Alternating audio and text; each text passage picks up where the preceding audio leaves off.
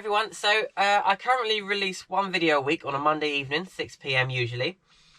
I wanted to release a second video a week, probably on a Thursday or a Friday. But I want it to be slightly different. I want it to be more of a question and answer kind of thing. So I don't want it just to be about van life. You can ask me whatever you like. So I'm trying to think of a catchy name for this sort of series or playlist. I couldn't really think of anything. I know that Darren from the Urban Motorhome has Motorhome Mondays. I know that John, Gadget John, has Van Tech Tuesdays. I know Mel from Mel's Van World has Waffle on a Wednesday, where he does a live every Wednesday. So I wanted to do something on a Thursday or Friday and think of a catchy name. I couldn't really think of anything that sort of goes with Thursday, Friday, Luke, van life. I don't know. So for this first episode, I'm just going to call it Ask Luke. That might even be it. Just Ask Luke Thursdays or something like that. I don't know. But it doesn't have to be about van life. It can be about whatever you like. You can ask me whatever you like and keep it clean. But I know it'll be a chance for you to get to know me a bit better. Open up some kind of conversation in the comments, and we can all try and get to know each other a little bit better. I'd like to know you guys a bit more, and I'd like you guys to know me a bit more. So you can ask me whatever you like, and it will be released, like I say, on a Thursday, probably on a Thursday. And I will answer all the questions in the next week's video. So yeah, if you can think of a catchy name for me, Ask Luke Thursdays, chatty time with Luke. I don't know, whatever you think it should be. I can't think of anything that's sort of catchy. Yeah, so like I say, this episode is just going to be called Ask Luke.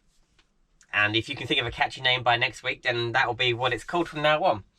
So because I've only just started this idea, I'm going to read out some comments from some past videos and just answer them.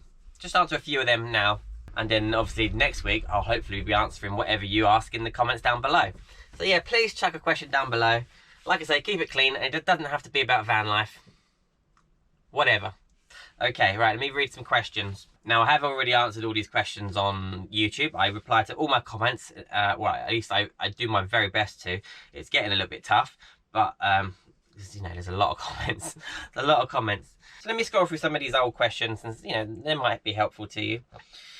I had a question from Stephen Morgan asking about the awning on my van. Now, the awning is fantastic. It really is a good awning, but they're just crazy money. I have the Fiamma, I can't remember the model number, but it's the zip. So which means it's got the zips on the side, so you can get sides for it and zip them on. It's also, because it can turn into a proper awning, it's waterproof as well. Waterproof, water resistant, like a normal awning would be. So it's kind of got a shiny top to it. So not only is it for shade, it's for rain as well. But I wouldn't have bought it if I had to buy it new, because they are £900 or ridiculous. They're just stupid money, aren't they? I was lucky enough to get that second hand off my parents for like a couple £100. So I do like it, but if I had to buy one new, I don't think I would. I may go a cheaper way. I might just I was saying to Stephen Morgan that the only benefit you get from paying all that money to get this awning is the speed in which you can set it up. So yes, I can go to my awning and unwind it and put the legs down and it's done. That's the only thing extra you're getting for your money. If you've got just a slide-on rail on the side of your van, and which get an awning which slides in, it just takes you a little bit longer to set up. That's all. So you're basically paying all that money for the speed of setting up an awning like this. So I wouldn't do it. If I didn't get this one, then I probably wouldn't. I'd find a budget solution, like I say, a clip-on awning or a slide-on awning or something. So yeah, that covers that awning. I had a lot of nice comments about the electrics, the electric videos. It was quite nice. Nice to know that I've done, it's done properly, and most of you think that it was a good job. I have Phil to thank for that. He guided me through it. Okay, I've been asked a lot about what's going on with the moving into the van business, because we went to Wales as a test to see whether my wife and I are going to live in the van. So anything I talk about, it'll either be in the description or there'll be a card at the top here that you can click on and go and watch them videos. So yeah, my wife and I went to Wales, and it was a test. It was a holiday to get away, but it was also a test to see whether we could spend a whole week in the van together, and not kill each other, basically, not go crazy or be too bored, something like that, to see whether we could live in the van, because we want to buy a house, and we've just been trying to save for a deposit for so long, and you know, you're throwing money away with renting. When you're renting somewhere, you're just throwing that money towards the landlord and paying for their mortgage probably. So we want to move into the van because you can. We could save a lot of money each month by not paying rent and bills and, you know, everything that goes with it. So we went away to Wales and we had a great time, great holiday, and we enjoyed cooking and chilling in here in the evenings, watching films and things. So at the end of that video, yeah, we said that we are going to move into the van. But then lockdown happened, so that's put things on a hold a bit. We was going to be moving into the van in June, but now we're not sure because all the van lifers, all the full-timer van lifers out there are having a real tough time with this lockdown. There's been a lot of nasty people come out of the woodwork, and it's just real tough. In our situation, our issue would be showers. So our plan is to use our gyms and leisure centres when we go swimming for showers each, you know, every other day or something like that. But with the lockdown, the leisure centres are shut, the gyms are shut. We can't exactly go to our parents' house to have a wash every other day because we're not seeing our families because of the lockdown. So the lockdown has put us on hold. But we are going to move into the van. It's just a case of waiting for this lockdown to end, basically. I think it's a sensible thing to do, just to wait it out, because it's tough. And I really feel for everyone that is living in their vans right now. So yeah, that answers that question.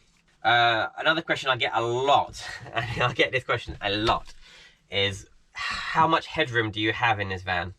So I get, like I say, I get so many questions about the headroom in this van, because everyone, obviously, when you're thinking about buying a van, you want to make sure it's suitable for you. And a huge factor for me was headroom. I don't want to be walking with my head crooked like this. I don't want to be having to cook like this. You know, do you know what I mean? I want to be able to stand up fully. And not only can I stand up fully, I can properly jump in my van because it's the extra high top. So yeah, I could do star jumps in this van. It is massive, and I am 5'8". Let me double check.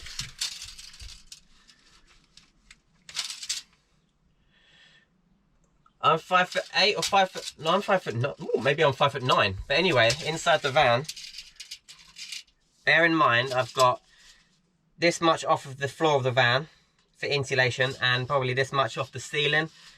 Probably a similar sort of amount, about 50 mil off the floor, 50 mil off the top, and I've still got 6'7".